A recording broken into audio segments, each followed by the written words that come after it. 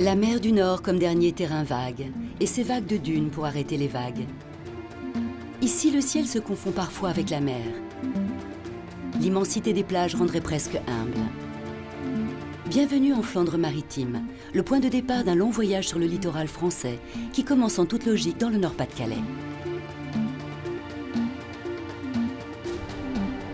Depuis Dunkerque jusqu'au Havre, nous vous emmenons aujourd'hui à la découverte de près de 400 km d'un littoral souvent méconnu, entre les trésors de la Côte d'Opale et la muraille blanche de Haute-Normandie. À Dunkerque, nous découvrirons comment la sidérurgie sur l'eau fait plus ou moins bon ménage avec l'environnement. Entre Coquelles et Sangatte, le tunnel sous la Manche nous dévoilera tous ses secrets. Depuis le cap Griné, d'un coup de flobard, nous nous rendrons à Boulogne-sur-Mer, le premier port de pêche français où officie Tony, le roi du hareng.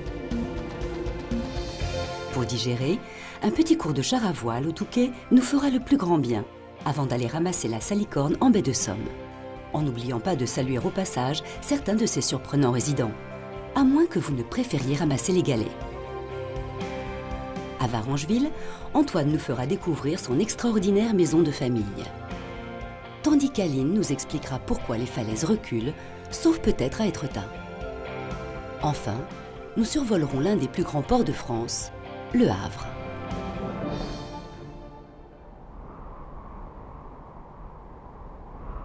Capitale de la plaine maritime flamande, Dunkerque possède le troisième port français en termes de tonnage. Malgré l'urbanisation galopante des années 60 et 70, le littoral du Dunkerquois se caractérise par un remarquable ensemble de dunes bordées de longues plages de sable fin. Depuis la frontière belge, de Brédune à Malo-les-Bains en passant par Zuidcote, s'étend sur une dizaine de kilomètres une immense station balnéaire. Des centaines de milliers d'autochtones s'y précipitent au moindre rayon de soleil.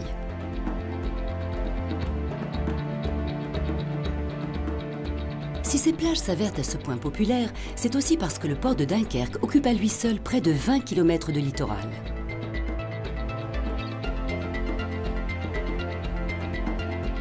La partie est est la porte d'entrée vers l'une des zones du port les plus insolites, la digue du Brec. La digue est un lieu tout à fait atypique, sorte de grève du bout du monde. Un ruban d'asphalte où de part et d'autre se font face l'industrie de l'acier et la nudité d'une grande plage du Nord. Un lieu que les Dunkerquois se sont appropriés malgré l'interdiction officielle d'y circuler. Car de l'autre côté de la dune se dressent les trois hauts fourneaux d'un des plus vastes complexes sidérurgiques d'Europe. Sur 450 hectares, 6 à 7 millions de tonnes d'acier sont produites chaque année. Cet acier est transformé en poutres, en rails ou en plaques et autres tôles destinées à l'industrie automobile.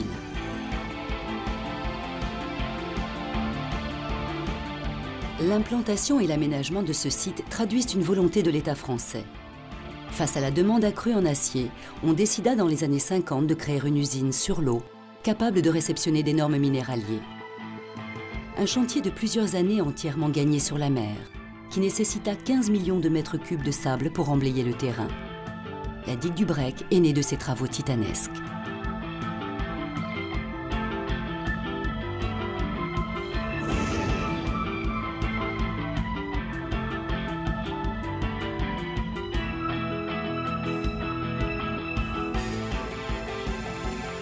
La digue du Brec, c'est un endroit sans doute tout à fait unique en France, puisqu'il y a cette digue en fait, qui fait une dizaine de kilomètres de long. À perte de vue, on voit d'un côté les grandes plages de la mer du Nord, et puis de l'autre côté, le bassin maritime avec les hauts fourneaux très symboliques de la sidérurgie dunkerquoise.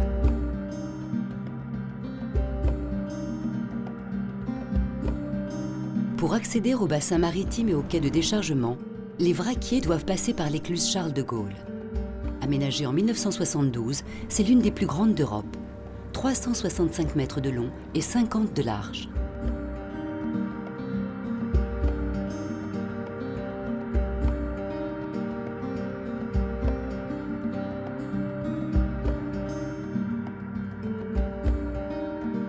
Le bassin maritime est l'un des outils phares du port de Dunkerque. 5 navires de 125 000 tonnes chacun peuvent s'aligner simultanément le long du quai de l'usine.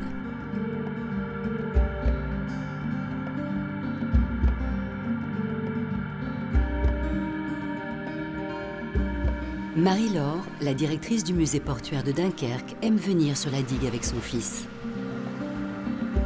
C'est aussi un lieu auquel les Dunkerquois sont attachés, puisqu'en fait, il y a toute une vie qui se crée sur cette digue. Et il est clair que c'est un peu le symbole en fait, du développement industriel du Dunkerquois. Mais en même temps, il y a cette cohabitation de zones naturelles assez étonnantes, comme on voit ici, et puis l'industrie. Donc c'est vraiment un lieu tout à fait unique.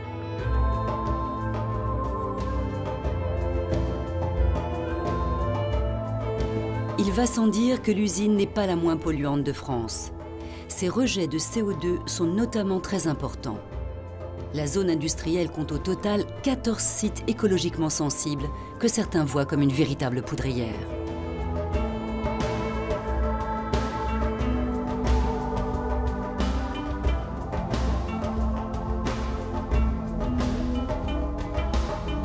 Né de travaux titanesques dans les années 60 et 70, le port de Dunkerque va encore s'agrandir dans les années à venir. Que restera-t-il du fragile équilibre écologique que la nature a su recréer autour de la digue?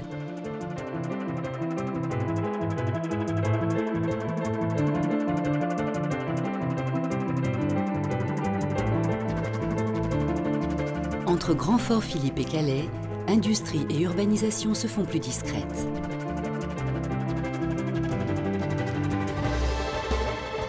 La côte redevient un espace de détente, notamment pour les amoureux des sports éoliens.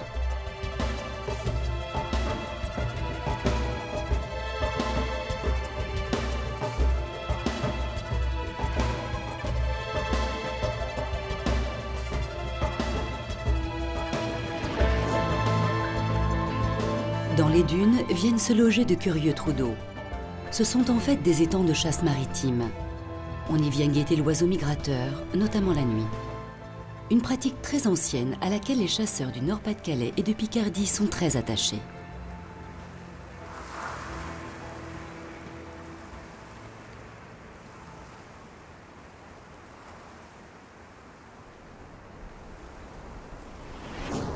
Calais, qui donna son nom à l'un des détroits les plus fréquentés du monde, marque avec Douvres, selon certaines conventions, la limite entre Manche et mer du Nord. Lieu chargé d'histoire, Calais a les yeux rivés sur l'Angleterre, dont les falaises semblent si proches par temps clair. Si proches que la ville resta sous domination anglaise durant plus de 2 siècles. Une proximité qui a encouragé le développement de liaisons trans-Manche. 15 millions de passagers empruntent chaque année la multitude de ferries qui assurent la liaison entre Douvres et Calais.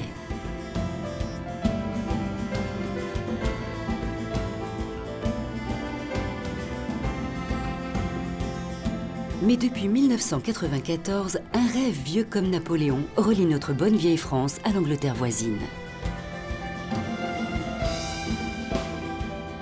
Le tunnel sous la Manche, dont l'entrée française se situe à Coquelles, est la prouesse technique du XXe siècle. Le plus long tunnel sous-marin jamais réalisé au monde. 50 km de long, dont 37 forêts à 40 mètres sous les flots, qui débouchent de l'autre côté de la Manche, à Folkestone, dans le Kent. Le tunnel, c'est en fait 3 tunnels, 2 ferroviaires et un ouvrage de service. Les 2 tunnels commerciaux, un pour chaque sens de circulation, voient passer l'incessant balai des trains et des navettes d'Eurotunnel. C'est dans ces wagons trapus que sont embarqués les poids lourds, les bus et les voitures particulières. Environ 350 convois circulent quotidiennement. Depuis sa mise en service, on estime que 230 millions de personnes ont emprunté le tunnel sous la Manche, soit environ 48 000 voyageurs par jour.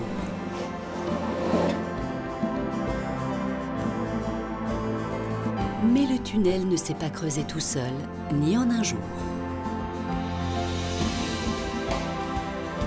C'est à Sangatte, au pied du Cap Blanc-Nez, que les Français ont installé leur quartier général à partir de 1986. Qui pourrait parier qu'un chantier colossal s'est tenu ici pendant 7 ans? L'ancien puits de forage, 55 mètres de diamètre et 65 de profondeur, sert aujourd'hui d'unité de ventilation. C'est par ce trou, qu'il faut imaginer béant, que sont entrés les tunneliers, des énormes foreuses qui ont dégagé plus de 5 millions de mètres cubes de déblais. Ces déblais ont été astucieusement déposés un peu plus haut. Ils ont au passage englouti la batterie Lindemann, l'une des plus puissantes du mur de l'Atlantique. L'endroit a été ensuite harmonieusement revégétalisé. Ni vu, ni connu.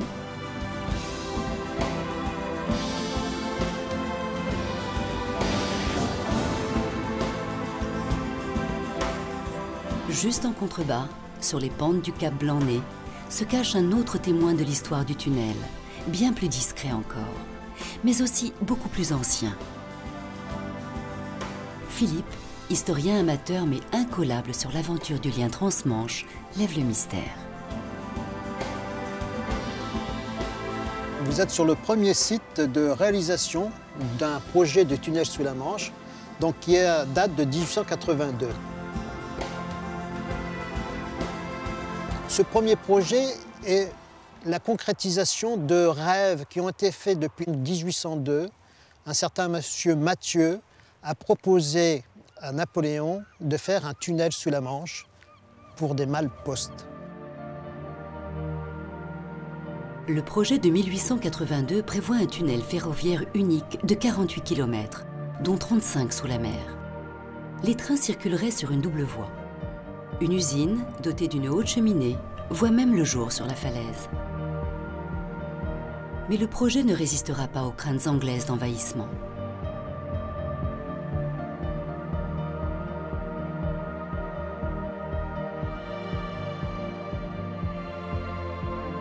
Les militaires se sont toujours rebellés et ont fait passer des commissions, commission sur commission, pour faire abandonner ce projet.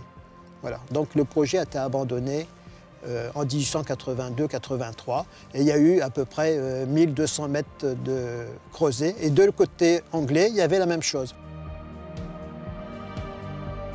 L'idée de relier la France à l'Angleterre a obnubilé des générations d'ingénieurs. Entre le début du 19e et la fin du 20e siècle, plus d'une centaine de projets ont été recensés. Et il y en a pour tous les goûts.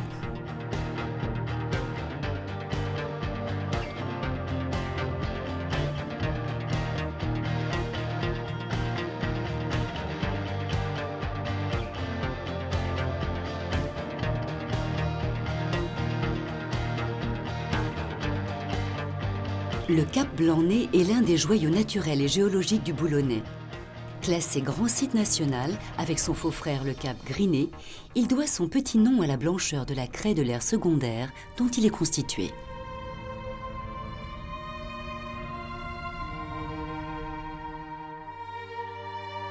Au sommet de ces 134 mètres se dresse l'obélisque de la patrouille de Douvres. Elle symbolise le sacrifice des soldats français et britanniques qui défendirent pendant la Seconde Guerre mondiale les eaux si stratégiques du Pas-de-Calais.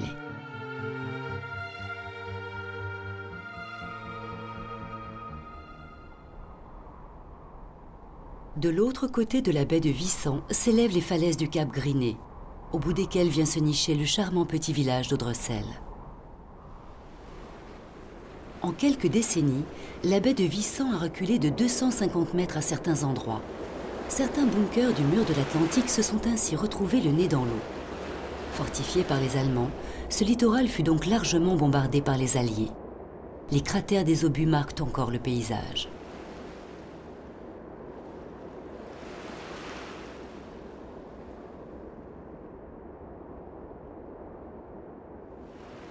Au sommet du cap Griné est implanté le Centre régional opérationnel de surveillance et de sauvetage.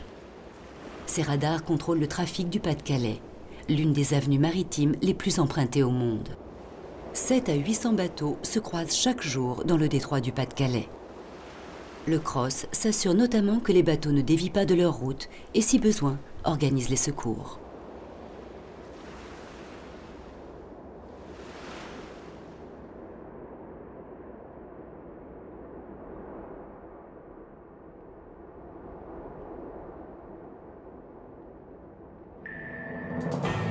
Avec ses longues maisons blanches aux volets colorés, le village d'Audrecel a des allures de décor de carte postale.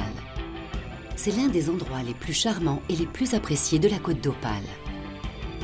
Les aficionados aiment se balader sur la plage de sable ou pêcher le crabe parmi les rochers. Audrecel est un repère de flibustiers, une bande d'irréductibles défenseurs du flobard, l'embarcation traditionnelle du coin. Plus qu'un bateau, c'est pour Joël, le président de l'association de sauvegarde, une véritable légende. Ah, le flobard, c'est presque le bateau mythique de nos côtes. C'est un bateau d'échouage. C'est un bateau qui a un très faible tirant d'eau. C'est-à-dire qu'on peut mettre à l'eau dans 25 cm le bateau flotte. On dit toujours un flobard, c'est un bouchon sur l'eau. Parce qu'il tient très très bien la mer.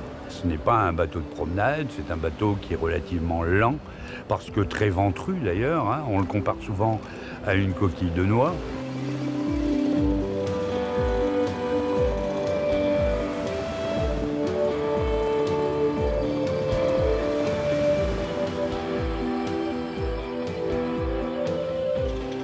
Le flobard était le bateau typique de la petite pêche aux crustacés, encore parfois pratiquée au casier sur le littoral, au moteur et non plus à la voile. Ceux de plus grosses dimensions partaient pêcher le hareng ou le merlan.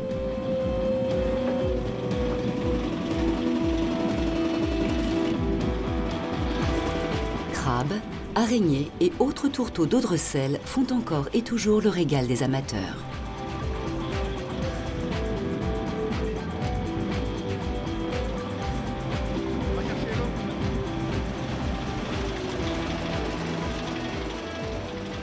C'est un bateau qui est, je vais dire, délaissé parce qu'au profit de la grande pêche. Et les petits pêcheurs côtiers, malheureusement, sont en voie de disparition. Hein. À Audrecel, il reste encore un pêcheur côtier, alors qu'il en a compté une quinzaine. Pour faire perdurer le patrimoine des flobards en bois, l'association de Joël a reconstruit le Notre-Dame de la Mer, jolie réplique d'une barque de pêche de 1914. Un bateau qui se veut une vitrine de l'histoire maritime de la Côte d'Opale, voguant d'une fête de la mer à l'autre. Commune voisine d'Audrecel, Ambleteuse peut se targuer de posséder le dernier fort de mer entre Cherbourg et la frontière belge.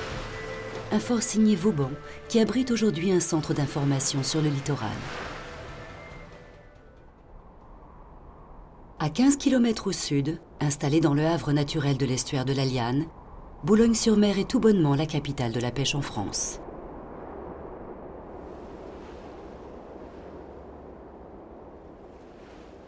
Boulogne fut très tôt un port d'importance stratégique. Le Portus Itius de Jules César, qui ambitionnait de conquérir l'Angleterre, est le plus souvent situé ici par les historiens. Aujourd'hui, le port de Boulogne continue, entre autres, d'acheminer un flux significatif de passagers vers Douvres, malgré la concurrence du tunnel sous la Manche.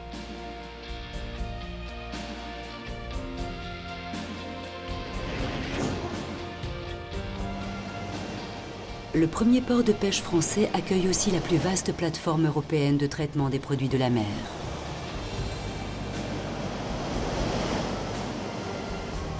Dans le quartier de Capécure, 40 000 tonnes de poissons sont débarquées chaque année par une flottille de 150 chalutiers, industriels et artisanaux. Capécure est également une gigantesque cuisine. On y transforme, conditionne, commercialise et distribue des centaines de milliers de tonnes de poissons, coquillages et autres crustacés. Au royaume du filet de hareng et de la sole, du merlan et du lieu noir, une cuisine en particulier tient le haut de l'arête, celle de Tony, l'un des chefs les plus réputés de la Côte d'Opale. Un chef toujours de bon poil. La femme à barbe a vraiment existé, c'était mon arrière-arrière-grand-mère, devenue femme à barbe sur les champs de foire de Boulogne et des environs. Elle a vendu du pain d'épices pendant plus de 50 ans et elle a fait la joie de vivre des enfants et des plus grands du Nord-Pas-de-Calais. Dans sa cuisine, Tony porte fièrement les traditions culinaires boulonnaises. Derrière ses pianos, il compose jour après jour une symphonie gastronomique en poisson majeur. Et pour en trouver du bon et du frais, il n'a pas beaucoup de chemin à faire.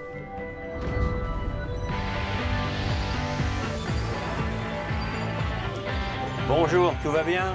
À quelques centaines de mètres de son restaurant, c'est sur le quai Gambetta, là où s'élèvent Zabel et Baptiste, les deux figures symboliques de Boulogne, que Tony va faire son marché. Son ami Thierry vient d'ouvrir son étal, comme tous les autres pêcheurs artisanaux.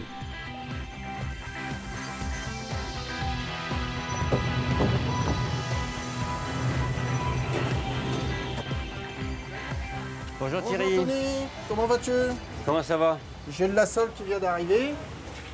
Sole de 400 grammes, toute fraîche, toute vivante. Il y a du cabillaud, du beau cabillaut. Tout ça, c'est une pêche journalière. On travaille sur une marée d'à peu près d'une douzaine d'heures. Actuellement, les bateaux s'en vont au milieu de nuit pour entrer en fin de matinée.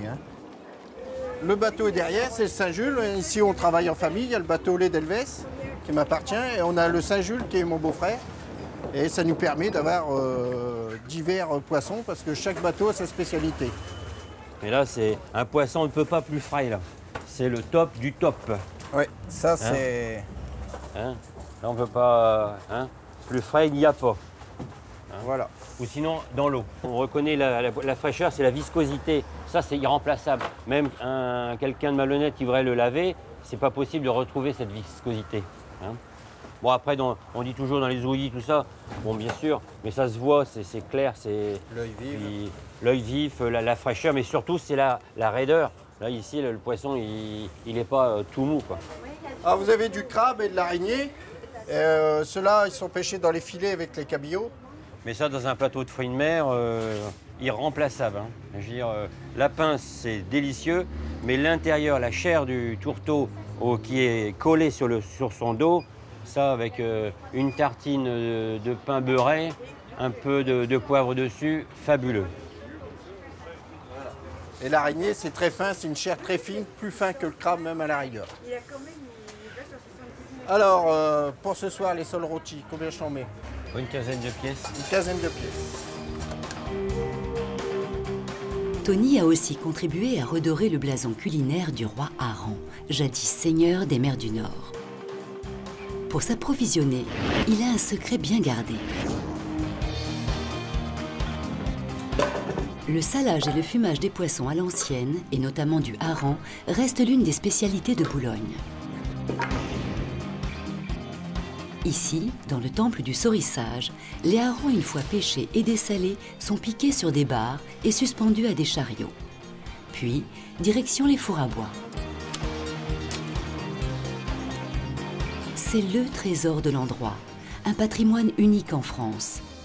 40 fours à bois traditionnels alimentés exclusivement en sciure de chêne qui fument 24 heures sur 24.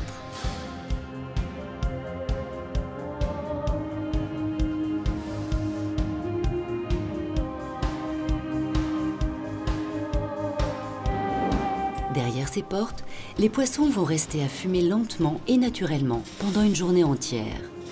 5 fois plus longtemps que dans un four électrique. Certes, la tradition a un coût, mais surtout un goût inégalable. Un délice qui réconcilie les plus récalcitrants avec le hareng fumé.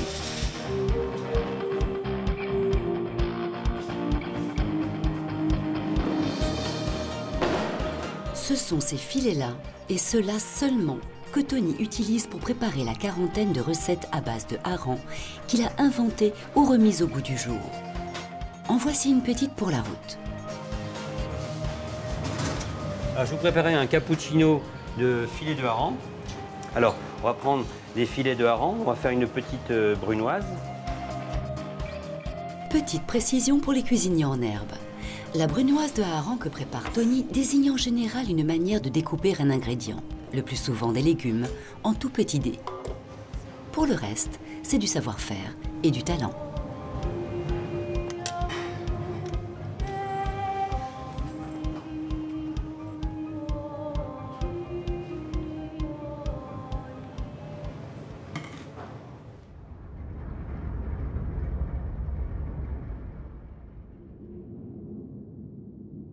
Le large cordon dunaire, qui reprend ses droits au sud de Boulogne, est bientôt interrompu par la baie de la Canche.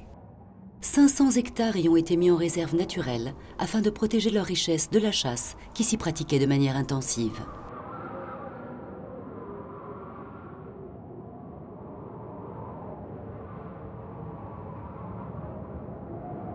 À cheval sur la rive gauche de la Canche et le bord de mer, voici le Touquet Paris-Plage, l'une des stations balnéaires les plus chics du nord de la France. La longue et belle plage du Touquet est aussi l'un des berceaux du char à voile, le sport de la Côte d'Opale. Dès 1910, le célèbre aviateur Louis Blériot sillonne l'estran à bord de l'une de ses inventions, l'aéroplage, ancêtre du char à voile. Outre les milliers de passionnés qui apprennent chaque année à jouer avec le vent, de nombreux champions auréolent de leur titre l'école de char du Touquet.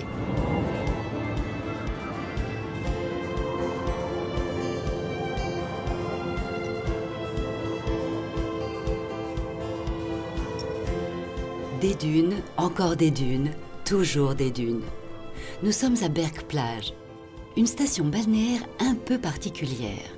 Son air hyper iodé lui a conféré une vocation thérapeutique pour le traitement de la tuberculose osseuse.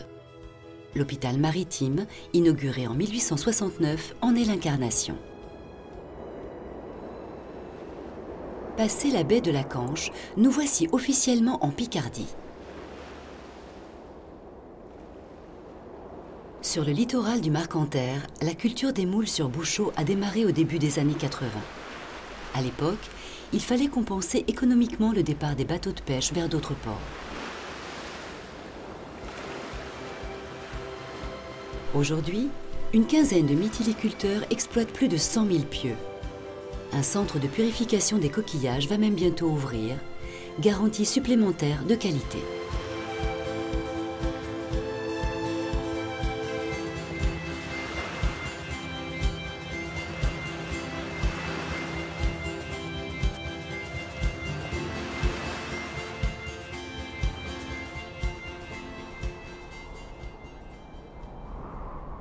Notre prochaine étape nous emmène au cœur de l'une des plus belles baies de France et peut-être du monde, la baie de Somme.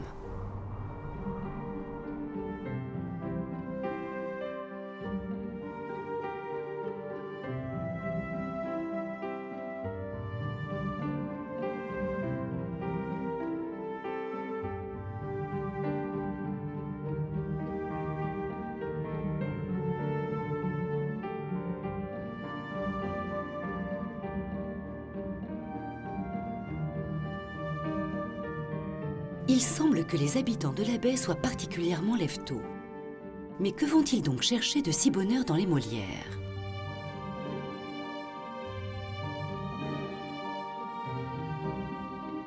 C'est la salicorne, bien sûr. Une plante succulente dont raffolent les gastronomes et qui pousse spontanément dans les vasières et les prés salés.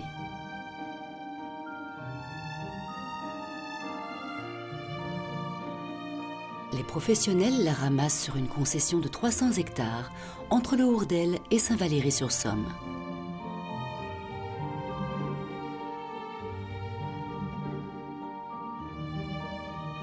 Un vrai métier, exigeant, qui nécessite des connaissances et un outillage bien précis. Daniel nous en dit un peu plus.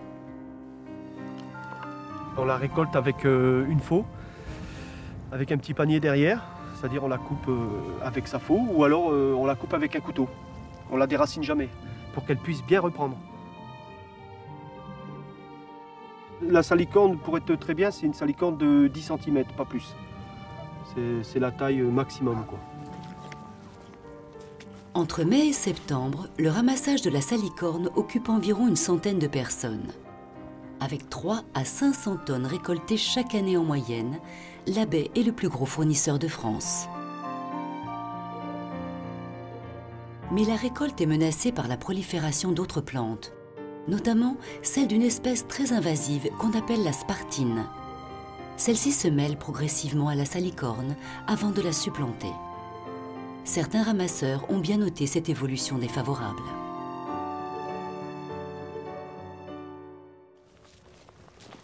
Il y a 40 ans, quand je venais ici avec mon frère, on faisait 800 kilos à deux, dans la matinée. Moi, il y a 40 ans que j'ai commencé. D'abord, on ne travaillait pas dans des seaux comme ça, on travaillait directement dans un grand baquet. 5 minutes, le baquet était plein. Je vais vous enlever une herbe de temps en temps.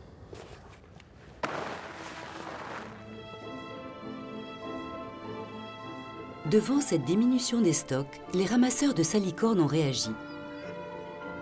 Leur association organise désormais des travaux annuels d'arrachage des mauvaises herbes, Spartine en tête. Le but est bien sûr de préserver la précieuse ressource, mais cela n'est pas suffisant.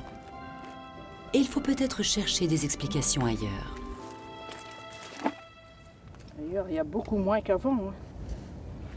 Avant, vous n'aviez pas de saleté comme ça dans les passe-pierres, hein, dans la salicorne. Hein. Bah, c'est-à-dire, la baie de Somme, elle est rensablée complètement. Qu'est-ce que vous voulez? C'est étouffé tout partout. Hein. Avant, ça découlait tout partout avec les rivières, ça découlait tout partout. Maintenant, ils ont fait des barrages tout partout, toutes les rivières sont bouchées. Le problème de l'ensablement de la baie n'est pas récent, mais il est crucial et très évolutif. Les facteurs sont tout autant naturels qu'humains. La forme de la baie permet aux marées de déposer une très grande quantité de sédiments. Les hommes ont multiplié les digues et les polders. La végétation pionnière, la spartine bien sûr, mais aussi la salicorne, contribue à l'extension inexorable des présalés en piégeant les sédiments. La remontée progressive du niveau des vasières rend difficile l'accès au port de la baie. Leur caractère maritime ne subsiste qu'au prix d'énormes travaux.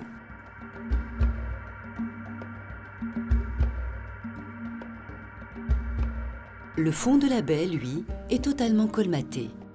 Les amateurs y font des balades à dos de cheval.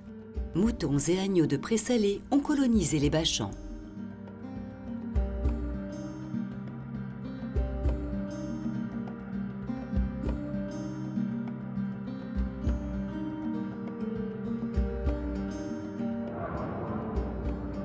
Pour nos salicorniers, c'est l'heure du repli stratégique. La marée est en train de monter.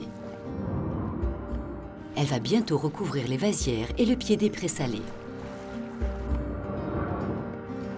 Demain, c'est sûr, ils reviendront cueillir la salicorne, comme beaucoup de leurs pères avant eux l'ont fait.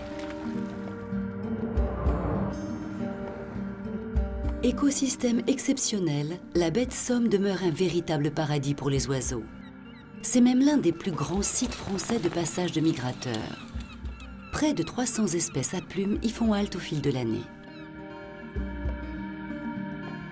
L'ensablement de la baie a parfois du bon. Certains bancs récents ont permis l'installation de la plus importante colonie française de phoques veaux marins et de plusieurs dizaines de phoques gris. De sympathiques mammifères qu'on peut observer à la jumelle, mais à ne déranger sous aucun prétexte.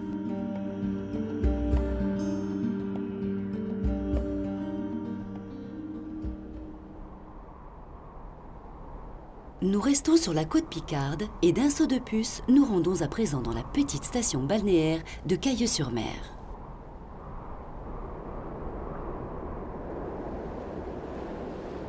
Là, sur la plage, une bien curieuse activité se déroule.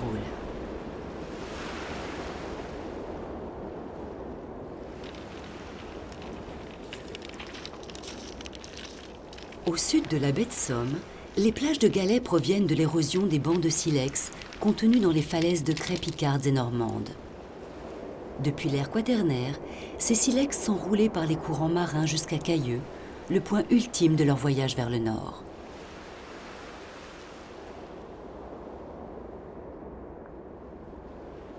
Le ramassage des galets à Cailleux remonte au milieu du XIXe siècle.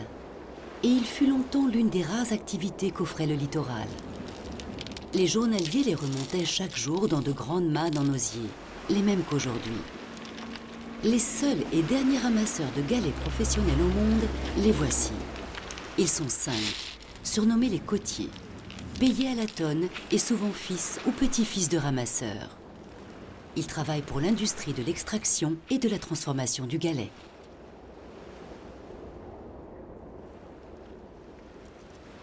Ainsi, le galet de mer est la spécialité de Cailleux.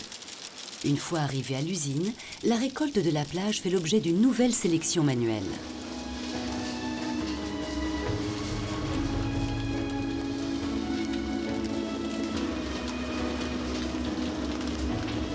Et il faut avoir le coup d'œil pour repérer la rondeur parfaite. Critère numéro 1 pour ceux qui achètent le galet.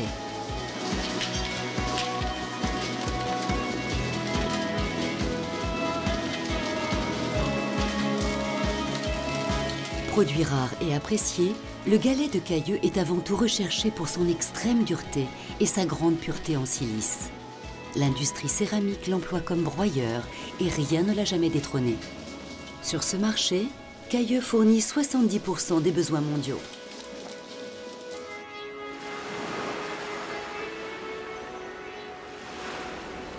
Les voilà enfin, ces fameuses falaises de craie. Un rempart long de 130 km qui s'élève à partir d'Olt, dans la Somme, et tire sa révérence au Havre. Un alignement unique au monde qui nous réserve de belles surprises.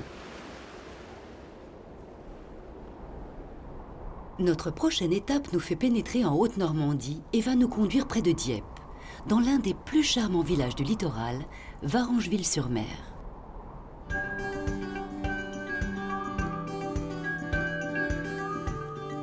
À l'abri d'une valeuse perchée au bord de la falaise, c'est un lieu magique et rare. Le bois des Moutiers, c'est l'histoire d'amour entre une famille et un grand parc, une maison et des jardins. Une histoire qui dure depuis 1898 et entretenue avec passion par les descendants de ceux qui l'ont initiée et sublimée.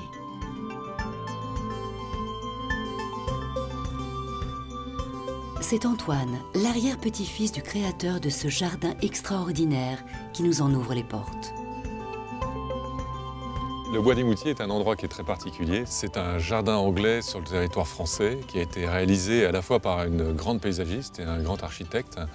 Ce grand architecte s'appelait Edwin Lutyens, il n'avait que 29 ans, et cette paysagiste, qui était déjà une vieille dame, est intervenue ici au Bois des Moutiers pour la première fois et la dernière fois finalement, pour réaliser une œuvre commune. Donc un travail de dialogue entre l'architecte, la paysagiste et les commanditaires qui étaient mes arrière-grands-parents, Guillaume Mallet et Adélaïde Grunelius.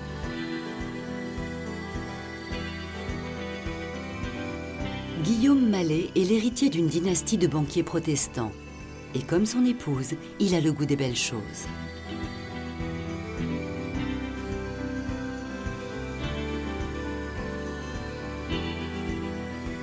Tombés amoureux de Varengeville, ils y acquièrent le vaste domaine de 8 hectares qu'avec le Chance, ils transformeront en un temple du mouvement anglais Arts and Crafts.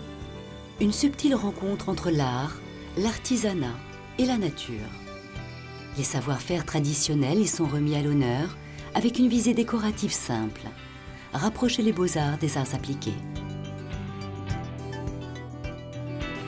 On trouve ici la manifestation, en fait, un petit peu dans un petit exemple du savoir-faire Arts and Crafts. Avant tout, comment faire pour ouvrir avec une seule main. Donc on pousse et on ouvre.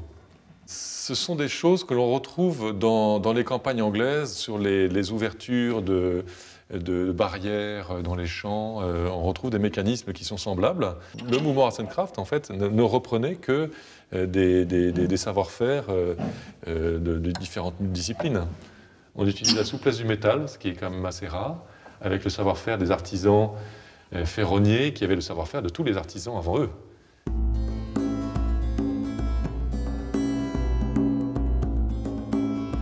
L'ensemble du décor intérieur, au Bois des Moutiers, respire le dépouillement Arts and Crafts. Le mobilier et les boiseries, les bas-reliefs en plâtre coloré sont de la main d'artistes liés au mouvement.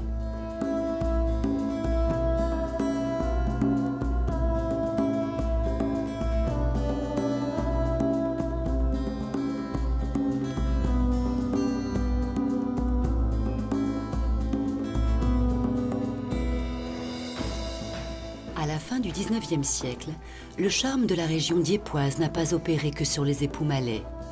Une foule d'artistes et d'intellectuels fameux s'y retrouve fréquemment. Varengeville et le Bois des Moutiers vont rapidement devenir le repère de nombre d'entre eux. Il recevait ici des artistes extraordinaires. Il faut savoir que donc Braque avait son atelier ici, qu'il est enterré ici, que Miro a son atelier qui était juste à côté. Donc Picasso, Calder, Kandinsky, tous ces artistes venaient là. Et avant, Monet venait ici à Varengeville et a peint plus de 150 toiles. Où que vous alliez dans le monde, à chaque fois que vous êtes dans un musée, vous verrez des tableaux de Monet et vous verrez des tableaux de Varengeville. Dans cette pièce, donc, il faut imaginer cette atmosphère avec ces artistes, ces philosophes, puisque mes arrière-grands-parents étaient théosophes. Et les théosophes étaient des gens qui prônaient le syncrétisme philosophique et religieux, c'est-à-dire essayer de faire en sorte que les hommes s'entendent entre eux, au-delà des philosophies et des religions. Donc il y avait dans cette pièce des réunions avec des personnes qui étudiaient la Bible, la Torah, le Coran, enfin tous les ouvrages de référence religieuse et les ouvrages de référence philosophique pour essayer de tirer le meilleur de tous ces ouvrages. Donc il y a un côté universel au Bois des Moutiers qui est extraordinaire. Les jardins qui entourent la maison se veulent un prolongement de celle-ci. Clos et structurés, ils présentent les premiers exemples français de bordures mixtes, ces plates-bandes où les plantes s'entremêlent librement dans une harmonie de couleurs.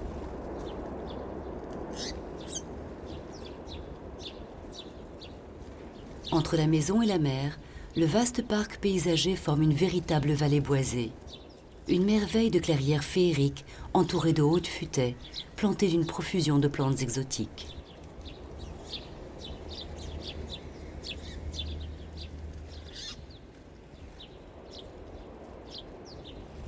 Et puis on est aussi dans un endroit qui est très particulier, au bord de la côte, dans un endroit qui est très fort en atmosphère, avec les falaises, la proximité de la mer, des lumières qui changent sans arrêt. Le Bois des Moutiers n'est pas un lieu qui a été créé pour l'ego de la personne, c'est-à-dire montrer, regardez comme j'ai bien gagné ma vie, regardez comme je suis riche. Le Bois des Moutiers est un outil qui permet de réunir les hommes. On ne vient pas dans un jardin uniquement pour voir des fleurs, on vient aussi pour voir des textures, des formes. On vient regarder un tableau finalement, mais un tableau vivant. On vient aussi sentir, on vient écouter, on vient toucher, on vient goûter. Et puis après, il y a le sixième sens, effectivement, qui est le sens profond sur lequel nous avons mis un couvercle, et qui est le sens de la compréhension profonde de notre environnement, de la nature, des animaux, de la relation entre les hommes. Et ce lieu, finalement, a été fait pour ça.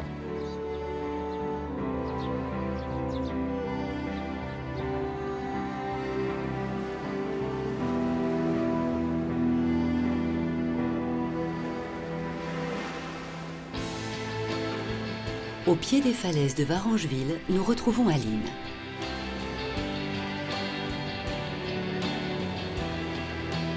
C'est une spécialiste de la surveillance environnementale du littoral. Et elle connaît bien les falaises. Ces falaises sont formées il y a plusieurs millions d'années, à une époque où là où nous nous situons, on était sous la mer en fait. On avait vraiment plusieurs centaines de mètres d'eau au-dessus de nous. Et ces falaises sont nées de la sédimentation de squelettes et de coquilles d'organismes marins, les coccolithes notamment, qui sont des petits organismes microscopiques, qui sont déposés au fond de la mer, donc ça sur des millions d'années.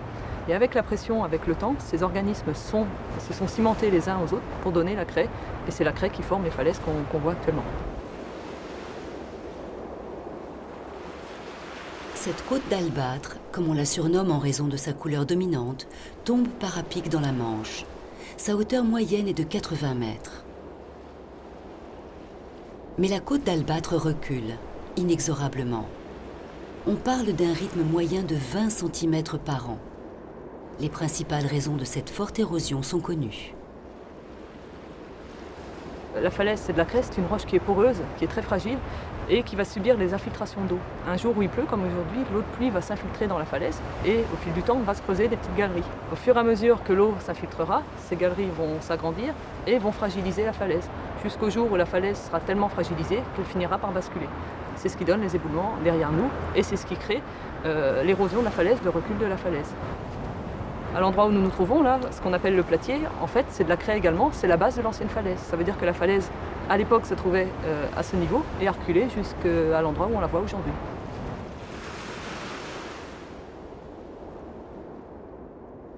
Les falaises ne reculent pas toutes de la même façon ni à la même vitesse. Cela dépend beaucoup de la nature de la craie, de la fréquence des pluies et du gel. Malgré tout, les balades au pied des falaises se font au risque et au péril des imprudents. L'association Estran, basée à Dieppe, suit les éboulements sur une portion de 11 km autour de Varengeville. Et le résultat est plutôt inquiétant. Depuis 2005, on en est à 160 éboulements à peu près sur ces 11 km de falaise. En connaissant justement les zones qui sont le plus concernées par les éboulements, on saura quelles sont les zones les plus à risque et là où justement il faut à tout prix éviter de faire des aménagements. Certaines communes littorales sont directement menacées par l'effondrement des falaises. Elles ont même dû procéder à des expropriations pour des maisons dont les habitants couraient un trop grand risque.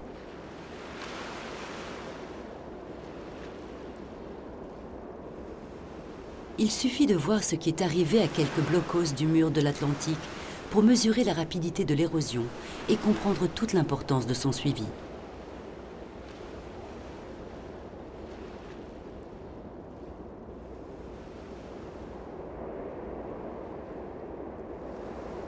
Du haut du cap Fagnet, la chapelle Notre-Dame de Salut veille sur Fécamp. Au début du XXe siècle, alors que la ville est le premier port morutier de France, un bien curieux bâtiment est inauguré.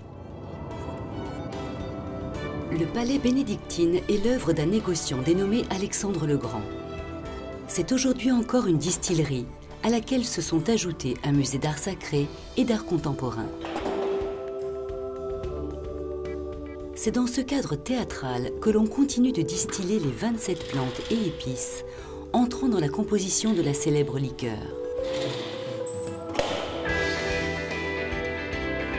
L'équivalent de 3,5 millions de bouteilles sort chaque année de cet édifice pour le moins éclectique.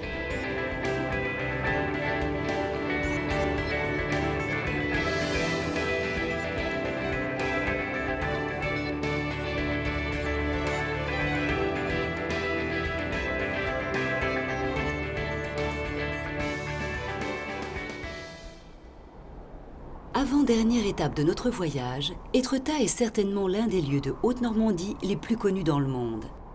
Un lieu où la falaise se fait monument.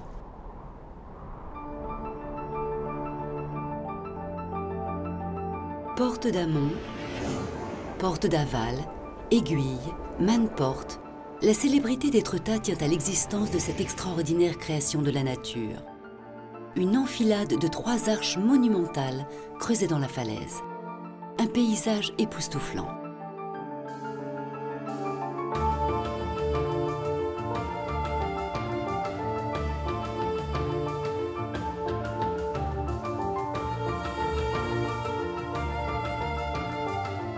La formation de ces arches est surprenante.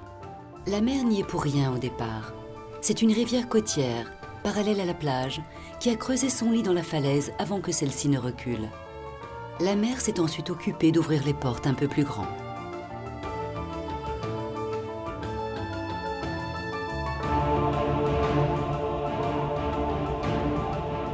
Les arches et l'aiguille ne doivent leur survie qu'à leur calcaire plus dur que la moyenne, qui empêche leur dissolution complète.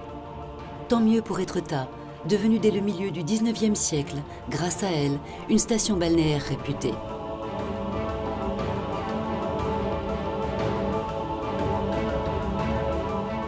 Des peintres comme Courbet, Boudin ou Claude Monet ont beaucoup contribué à sa renommée en immortalisant ses curiosités naturelles.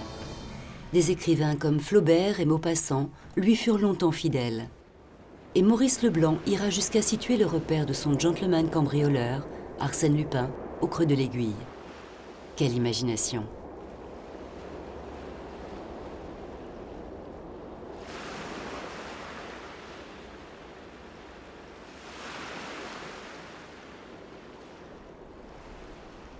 Peu après Étretat et jusqu'au Havre, les falaises sont dites au pied d'argile. Et elles ne reculent plus, momentanément. La muraille s'interrompt enfin, là où commence le deuxième port de France.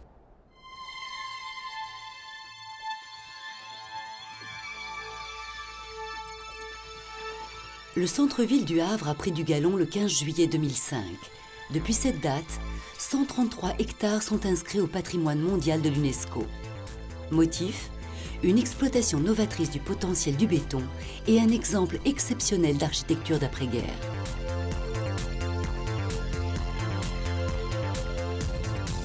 À l'embouchure de la Seine, le port du Havre jouit d'une situation très avantageuse. Situé sur les grandes routes maritimes du nord de l'Europe, il est aussi très bien relié à Rouen et Paris. Ces atouts, ajoutés à de puissantes infrastructures, ont fait de lui le deuxième port français en termes de tonnage. 40% de notre pétrole y transite notamment. Mais la spécialité du port du Havre, ce sont les conteneurs. 60% du trafic français s'y réalise, sur près de 7 km de quais qui peuvent accueillir les plus gros bateaux du monde. Jour et nuit, une trentaine de portiques chargent et déchargent l'immense Lego multicolore de la consommation mondialisée. En attendant de poursuivre notre voyage à la découverte des côtes de France, laissons le soleil se coucher sur les docks.